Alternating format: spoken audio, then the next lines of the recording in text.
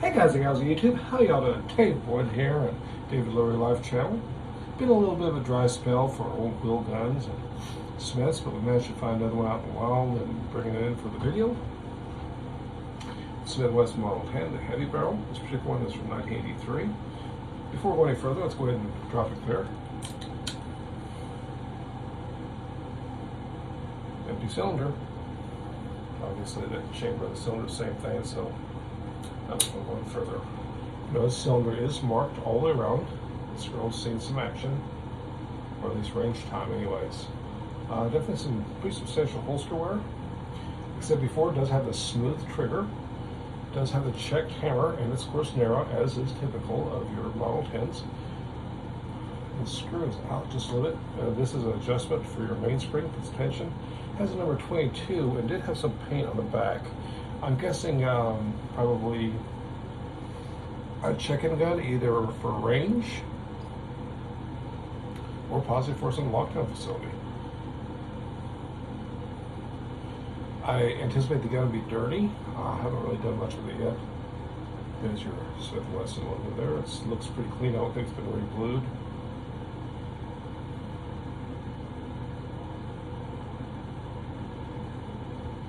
I know I haven't looked at it before, so the grips have a fair amount of wear to them. Look at that. And it's a heavy barrel, so most of my guns are skinny barrels, pencil barrels, whatever you want to call them. Hammer mounted firing pin, of course, from 83.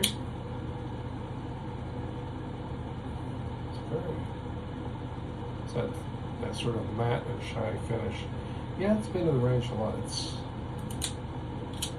sounds pretty good. Okay, let's go ahead and take a look at this.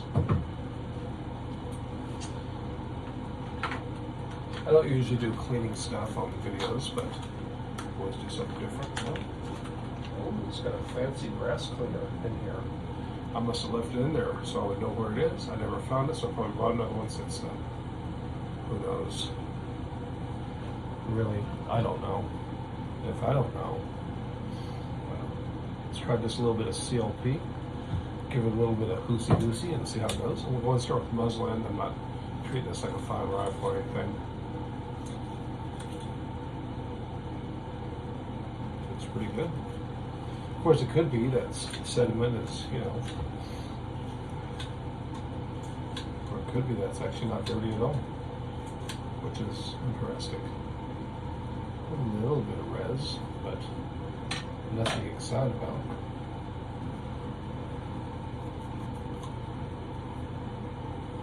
Clean up in the top strap. Clean the face back here.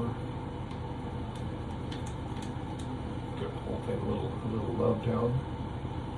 See if we find any crud anywhere.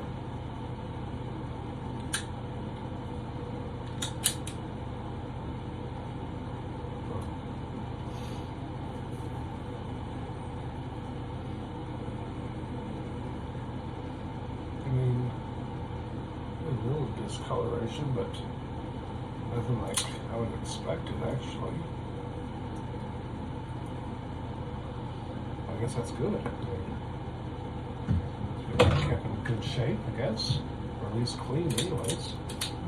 And as you probably can imagine, I've seen more than a few that were not exactly clean.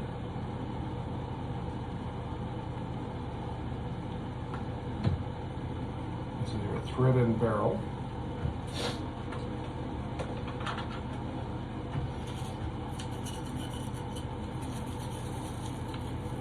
If we loosen something up. Sometimes around here, my old gun used to get a lot of crud, but that was an old pin barrel. Still have it, of course. See if we've loosened anything up. Not really. Okay. Oh. It was dry though. A little bit smoother now. Well, I had another patch out, so let's go ahead and run it through and see what happens.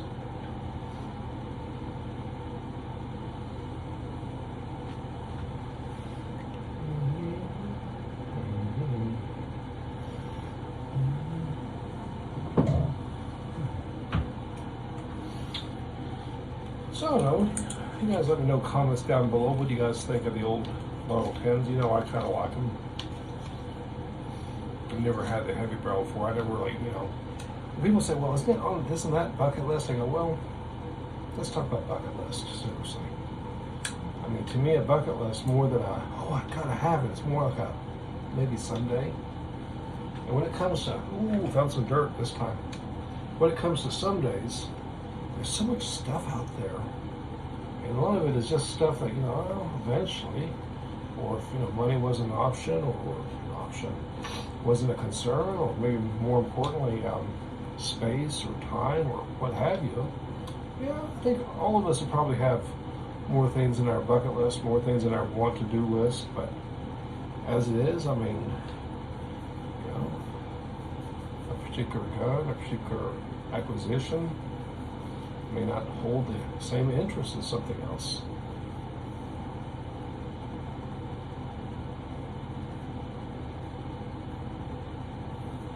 It's definitely heavy paint that's on there. And I don't care about old history. I like to preserve things that are on there. Let's take a look at those grips. They say I always use the right tool, but I just keep a little Swiss Army knife around. It usually is perfect for this sort of thing.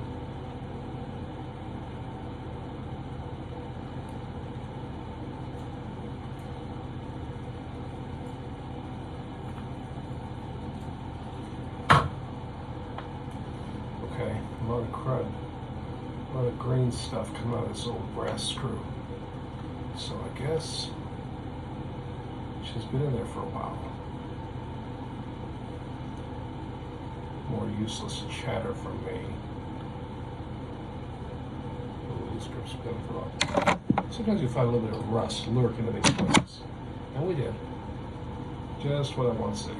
This grip's been on there for a while. Go ahead and clean that up a little bit. There's a little takedown tool that's gone. That's interesting. I wonder how many years it's been since this thing's been opened up,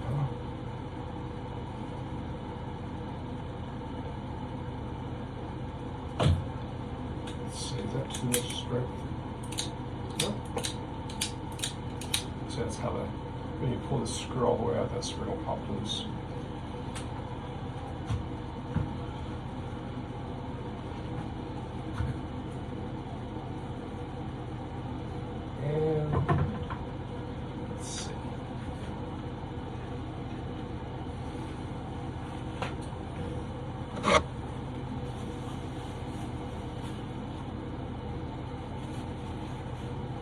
I put a little bit of mineral oil on these things. This screw is captive. That's kind of cool. It's a pretty good staining gear. Look at that. Yeah. Not sure if I care about that or not. I don't care for that too much, but.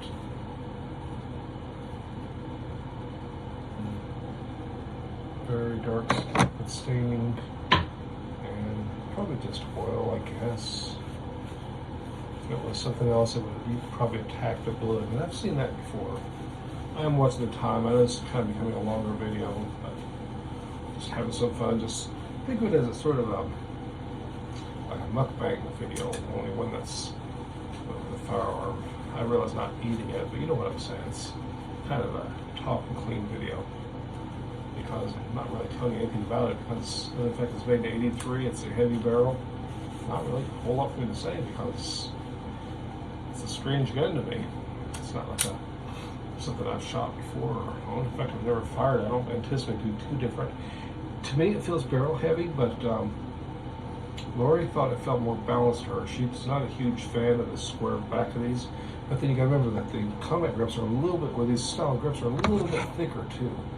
A lot of the guns here that Lori's had handling on were old World War II and pre-World War II vintage, and also hard rubber, round butt. So This is definitely this is the newest Model 10 we currently have, which is interesting. Like I said, 1983 just feels like a few years ago to me, but I know it's been a bit of time. Anyways, if you like this video, please give me a thumbs up, give me a like, give me a follow, let me know what you think. You guys like the Model 10s? I know they still make them. It's sort of the workhorse, right? The Smith & Wesson lineup. Anyways, appreciate the views and the great community. Until next time, y'all stay safe. Ciao.